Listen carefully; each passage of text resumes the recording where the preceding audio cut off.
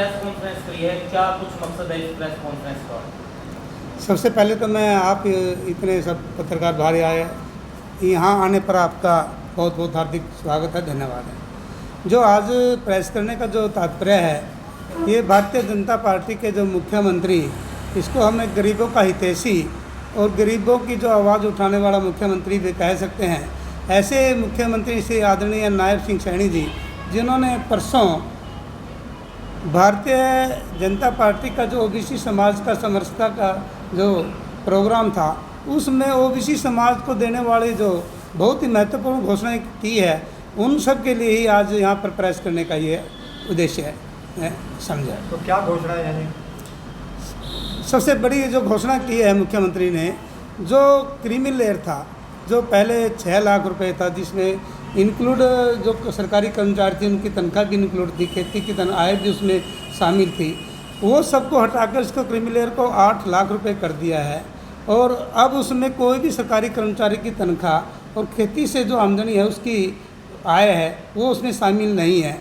इससे हमारे समाज के जो ओबीसी समाज का जो क्रीमी लेयर के अंदर बच्चे ओबीसी समाज का सर्टिफिकेट नहीं बनने के कारण कहीं पर एडमिशन वगैरह और नौकरियों में रह जाते थे, अब उनको पूरा का पूरा अपना अधिकार मिल गया है और सभी समाज के बच्चों को, चाहे वो किसी भी प्रकार की संस्था में एडमिशन लेने का पूरा उनको हक मिलेगा।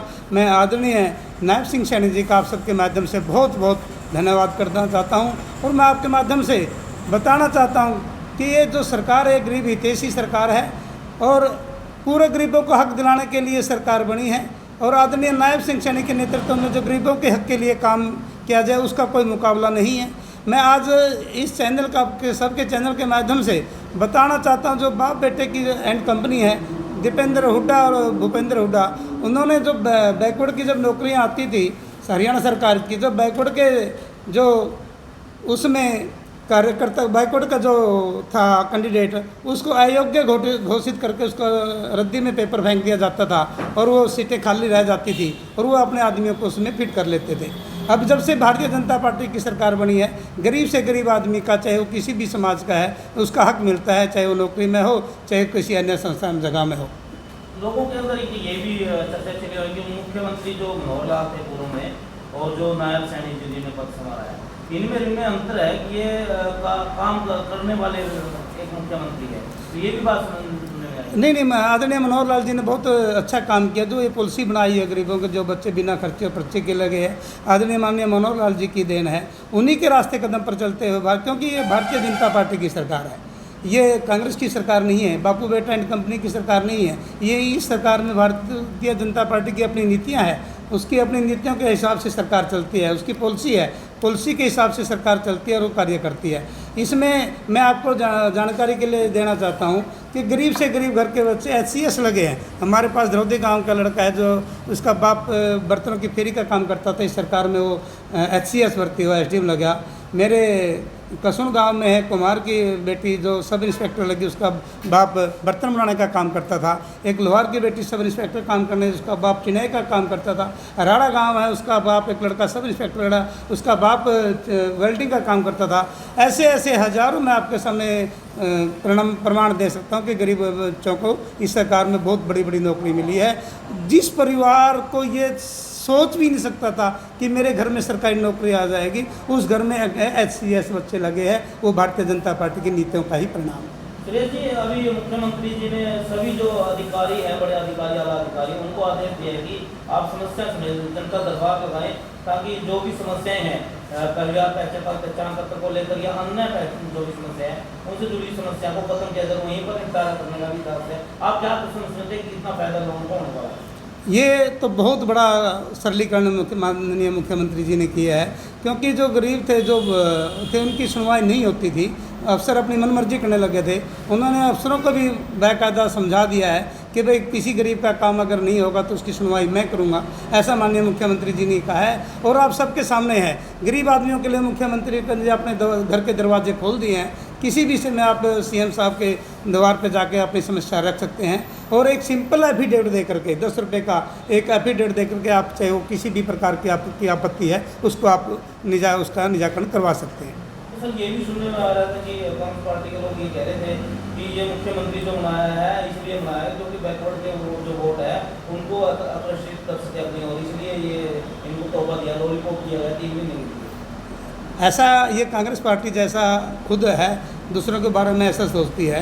कांग्रेस में इसको आज की जो कांग्रेस पार्टी है, मैं इसको कांग्रेस पार्टी ने कह करके ये एक जो पढ़े बेरोजगार है उनको बहकान के लगे एक इन्होंने अपना गैंग बना लिया है। ये सरकार विरोधी ही नहीं, ये नौकरी विरोधी, बच्चों को नौकरी ना मिले चाहे किसी भी प्रकार की नौकरी हो उसको कोर्ट में लेके जाना, ये भूपेंद्र हुड्डा एंड कंपनी का काम है। ये एक जो बेरोज़गार बच्चे हैं उनको बहका करके एक गैंग इन्होंने बना लिया है और ये बच्चों को बेरोज़गारी की तरफ धकेलने का काम करते हैं। ऐसा भूपेंद्र सिंह हुड्डा एंड कंपनी का काम है।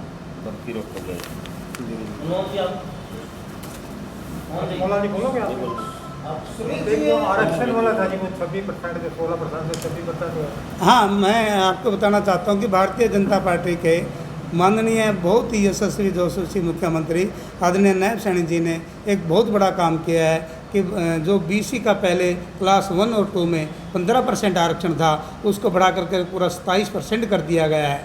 और मैं आपकी जानकारी के लिए बता देता हूँ कि गरीब समाज के लिए जो योजनाएं भारतीय जनता पार्टी ने की है उसका कोई मुकाबला नहीं है। चाहे वो मजदूर की कॉपी के ऊपर हो, एक साधारण मजदूर की किसी प्रकार का अचानक हादसा होने पर उसको 5 लाख रुपए तक की सहायता दी जाती है। 1 लाख रुपए तक का उसको कन्यादान समाज कल्याण विभाग की तरफ से गरीबों की बेटियों को दिया जाता है। ये सब बातें कांग्रेस को हजम नहीं हो रही है। इन्हीं के कारण आज कांग्रेस बौखला गई है और अपने उद्देश्यों को भूल गई है। मैं आपकी जानकारी के लिए बताना चाहता हूँ कि आज के मैं आपके चैनल से मैं माध्यम से कहना चाहता हूँ कि जो भारतीय जनता पार्टी के जो ओबीसी वर्ग को जो दिया है, ओबीसी वर्ग इसका पूरा का पूरा समाज इसका ब्याज समेत भारतीय जनता पार्टी को उसका वोटों के रूप में देगा और आने वाली सरकार कई वर्षों तक भारतीय जनता पार्टी की सरकार रहेगी। आज भारतीय जनता पार्टी के साथ पूरा गरीब समाज, चाहे वो किसान के रूप में हो, चाहे मजदूर के वर्ग में हो, चाहे व्यापारी के वर्ग में हो, चाहे ओबीसी वर्ग समाज के वर्ग में हो, पूरा का पूरा समाज आज भारतीय जनता पार्टी के साथ खड़ा है। ये और कांग्रेस की जो दुकानदारी है वो बंद हो चुकी है, उसकी दुकान में कोई सामान नहीं रहा, इसीलिए वो बुखला करके। सुरेश जी, अभी एक फैसला है सुप्रीम कोर्ट का, 5 नंबर जो आर्थिक आधार पर दिए जा रहे थे, कहीं ना कहीं वो याचिका थी वो खत्म कर दिया। सरकार ने याचिका लगाई थी कि 5 नंबर के पहले हाईकोर्ट में मामला चला और उसके बाद सुप्रीम कोर्ट उन्होंने खारिज कर दिया है कि 5 नंबर मिल जाएगा। और ऐसे में जो बेरोजगार थे जिनको उम्मीद थी कि 5 नंबर के कारण उनको नौकरी मिलेगी, कहीं ना कहीं उनके ऊपर एक तलवार लटक गया। आप किस तरह से देख सकते हैं, क्या ये एक पार्टी के लिए किया गया था या चुनावी एजेंडा था? मैं आपको पहले ही बता के इस बात को बता चुका हूँ कि ये कांग्रेस पार्टी है, ये हर भर्ती को कोर्ट में ले जाना चाहती है, उसको बेरोजगारों को सड़क पे ले आना चाहती है। पहले भी इनका यही रिकॉर्ड रहा है।